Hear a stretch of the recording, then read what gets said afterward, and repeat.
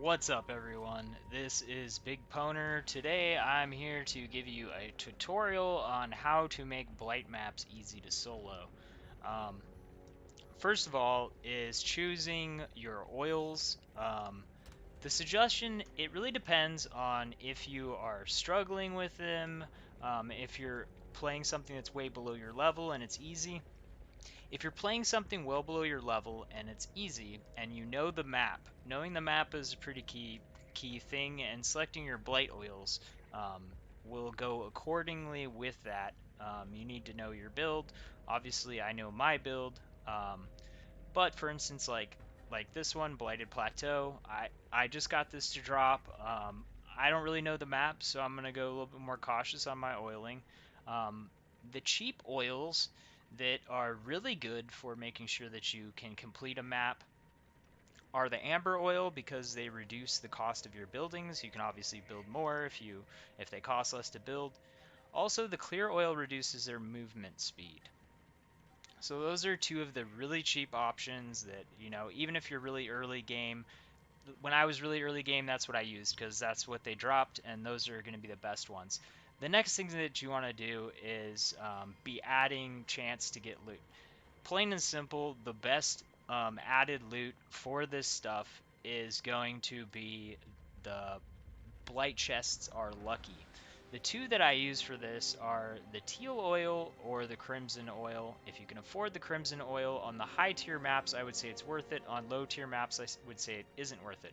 You get three lucky chests with the crimson oil, you get two with the teal. The teal are super cheap, the crimsons are more expensive.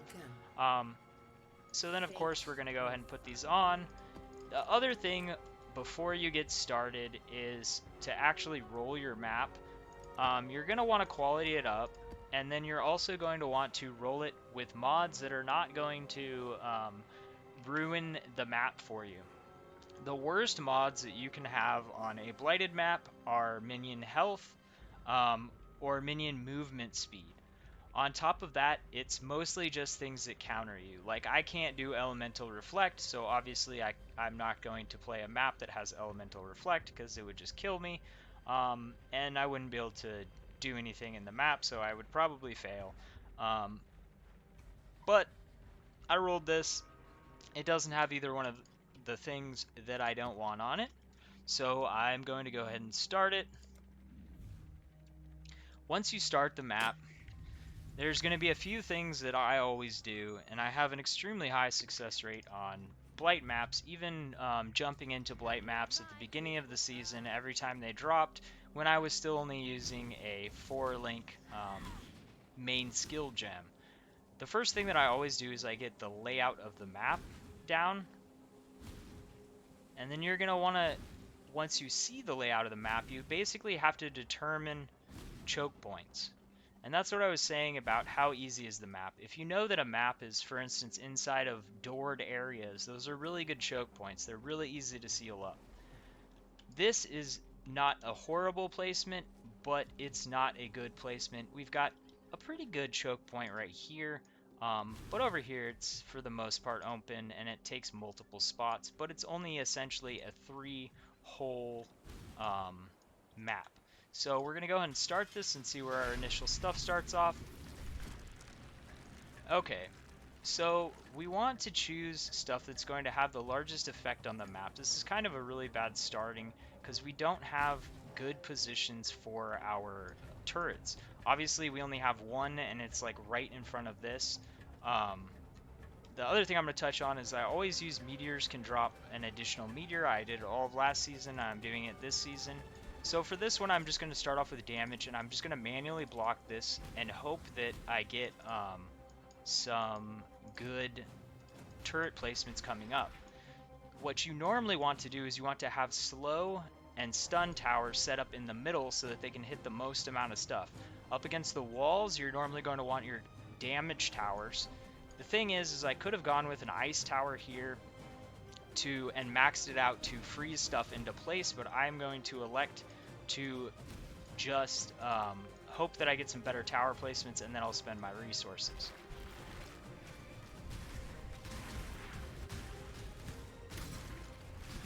I also run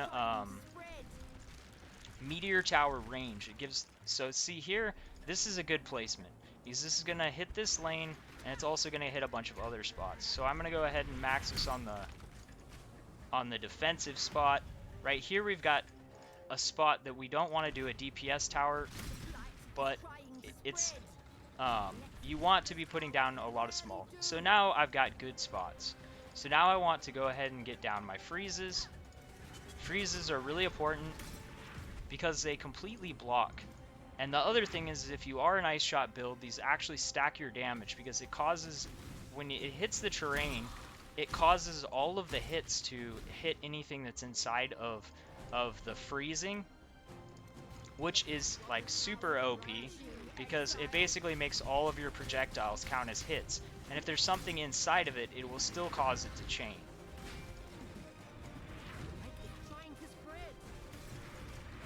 So one thing that you want to stay attentive of is having some currency ready for an open side, which I've got an open side over there. I want to seal this side up good so that I don't have to worry about it as much. But at the same time, I don't want to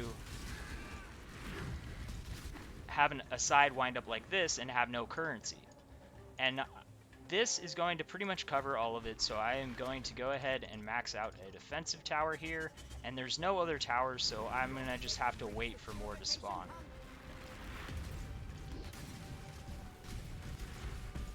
Another thing that's really good to do is to... So see how he... Oopsies. I was trying to get close enough so you guys could see that. I was going to show you how the damage stacks. I need to get my...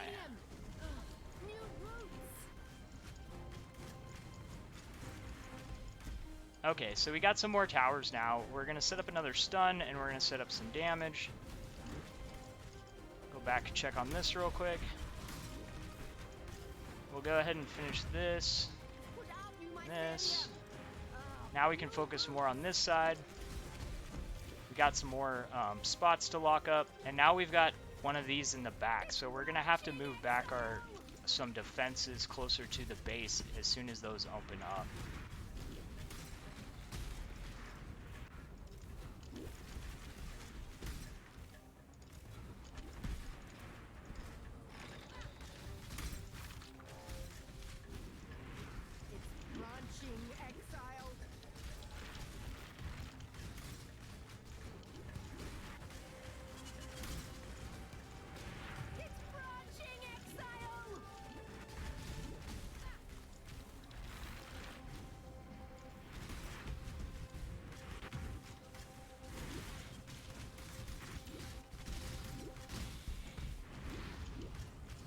But the placement is really key on this.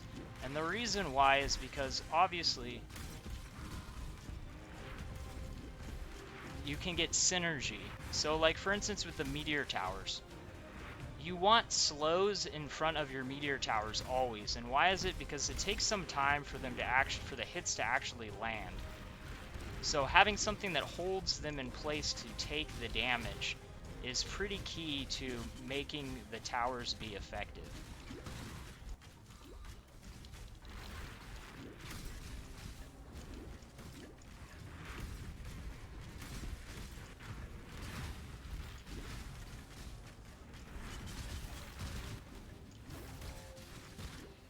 Ew. Is there poison on the ground? Or... Yeah, the whole ground was just covered in poison.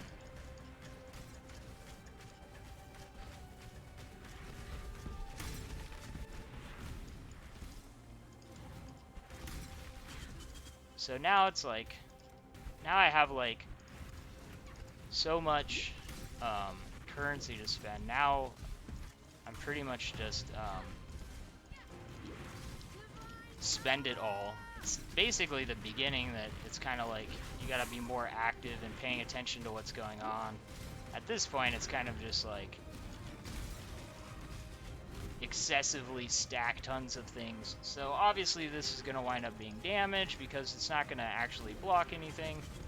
So if I were to do anything besides damage on that, So look at this. You see him in there? That caused all of my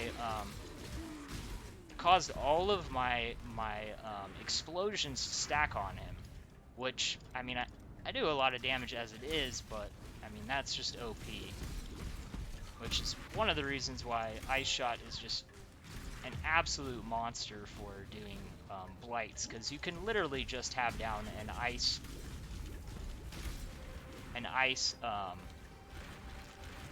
tower, and then you will literally just obliterate anything inside of it, even those bosses. I mean, that was like what, 3 or 4 shots, and he was originally at like 70-80% HP, so like 4 or 5 shots and he would be dead from full HP. So anyways, those are my tips. The other things that I would say, I would definitely recommend your meteor drops an additional meteor. Why is this? This is basically doubling the damage of your meteor because it's dropping an extra one.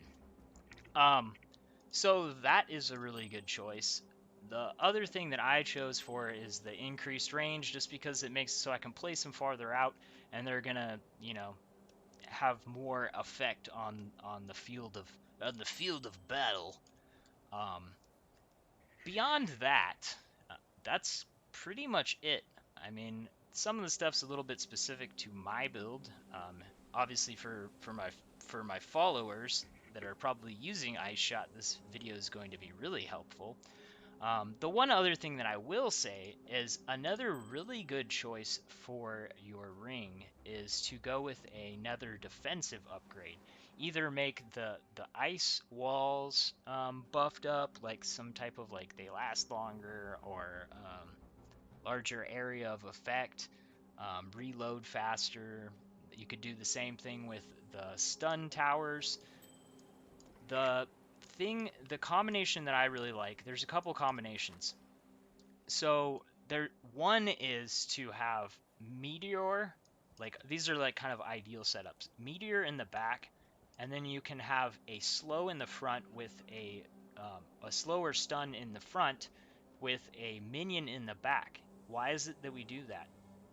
The reason why is because, say it's a stun tower, this works especially well with stun towers. Say it's a stun tower. They come into range of this stun tower, and immediately the minions run forward and hold them there.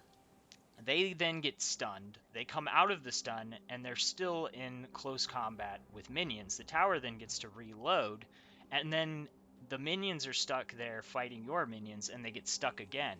What's this tower doing the whole time? It's getting guaranteed hits on the stuff that's being trapped by the system.